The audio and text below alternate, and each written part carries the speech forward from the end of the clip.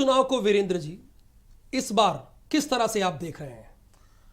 देखिए, ये माना जाता है कि जब फर्स्ट फेज का इलेक्शन शुरू होता है तो वहां से एक माहौल बनता है और वहीं से सरकार के बनने का रुख साफ हो जाता है। बिल्कुल। ये फर्स्ट फेज का जो 58 सीटें हैं ये तय करेंगी कि उत्तर प्रदेश में जो चुनाव की तस्वीर बनेगी, फाइनल रिजल्ट जो आएगा 10 मार्च को, वो कैसा होगा।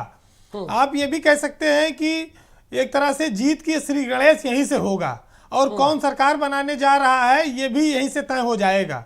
तो उत्तर प्रदेश के लिए ये पहला चरण जो 58 सीटें आज हैं ये बड़ा महत्वपूर्ण हो जाती हैं। और इसका आप देखेंगे, अगर 2017 का परिणाम देखें तो भाजपा ने क्लीन स्वीप जैसा किया था। बिल्कुल। और उनके पक्ष में माहौल इसलिए भी रहता है क्योंकि जो शहरी सीटें हैं वो मानी जाती है कि शहरी क्षेत्रों में भाजपा अपने आप में बड़ी मजबूत है, उसके पास वोट बैंक अच्छा होता है।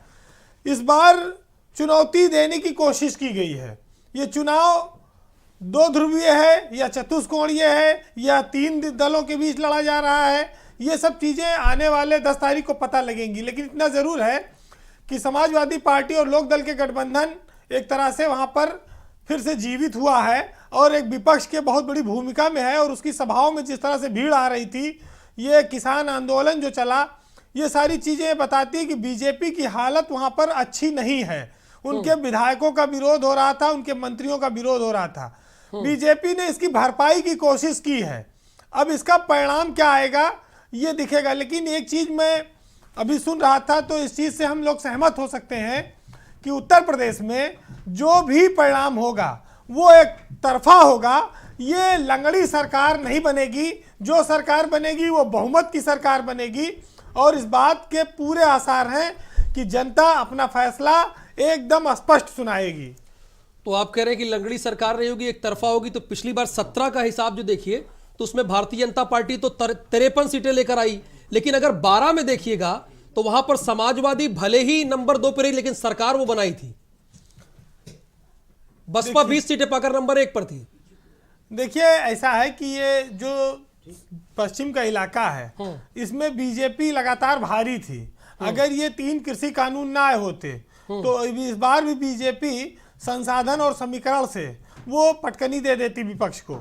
लेकिन चूंकि ये 3 कृषि कानूनों का लेकर 1 साल से ज्यादा ये मामला चल गया। चलिए वीरेंद्र जी, हम आपको यहां रोक रहे हैं चूंकि एक वोट की कितनी अहमियत होती है ये स्क्रीन से आप देख सकते हैं। आज इनका विवाह है लेकिन ये मतदान करने गए हैं। साथ में संजीव बालियान भी हैं, संजीव बालियान साथ में हैं, वो लेकर गए हैं इस दूल्हे को। देखिए, ये अपने मताधिकार का इस्तेमाल कर रहा है। आज इसका विवाह है लेकिन सब कुछ छोड़ छाड़ के, अभी विदाई की रस्म हुई नहीं होगी लेकिन ये निकल आया मतदान देने के लिए, यहां पर आ गया अपने मताधिकार का इस्तेमाल करने के लिए। चूंकि एक वोट की ताकत तो बहुत होती है, आप लोग भली बात समझ ही रहे होंगे।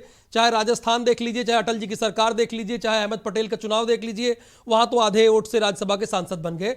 तो बहुत इंपॉर्टेंट फैक्टर है। बीरेन जी, आप अपनी बात पूरी कीजिए, फिर मैं ओपी यादव जी के पास जाता हूं।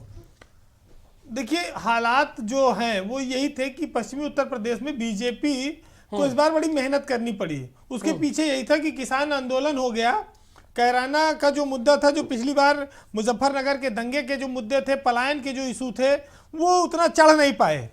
फिर बात आ गई गर्मी और चर्बी पर और इसको भी निगेटिव लिया लोगों ने। तो ये मामला इस तरह से होता गया कि नेक टू नेक फाइट आप देख सकते हैं। पश्चिमी उत्तर प्रदेश में जो बीजेपी ने क्लीन स्वीप किया था वैसा इस तरह का माहौल इस बार नहीं है। लेकिन जितना बीजेपी पिछड़ी थी उसने उसको मेकओवर किया है, उसने उसकी भरपाई करने की पूरी कोशिश की है, उसके नेताओं ने पूरी ताकत लगाई है। जनता तय करेगी। मतदान अच्छा चल रहा है, आप इससे भी देख सकते हैं कि 20% के ऊपर मतदान हो चुका है और इस समय धूप खिली हुई है, पूरे प्रदेश में मौसम अच्छा है। तो स्वाभाविक है कि आज मतदान 70% के ऊपर जाएगा।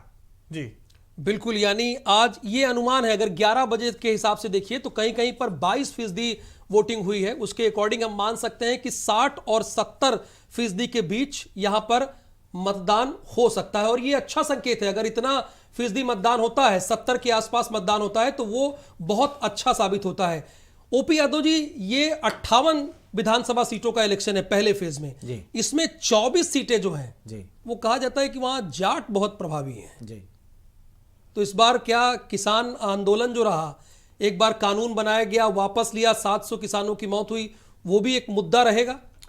देखिए किसान आंदोलन और जाटलैंड की जो आपने बात की और जाटलैंड के सियासी मिजाज की जो आपने बात की, चौधरी चरण सिंह जी के जमाने से ही आप देखिए कि 1977 का जनता पार्टी का चुनाव अजगर का स्टीम रोलर इस पूरे सेगमेंट में असर दिखाया था।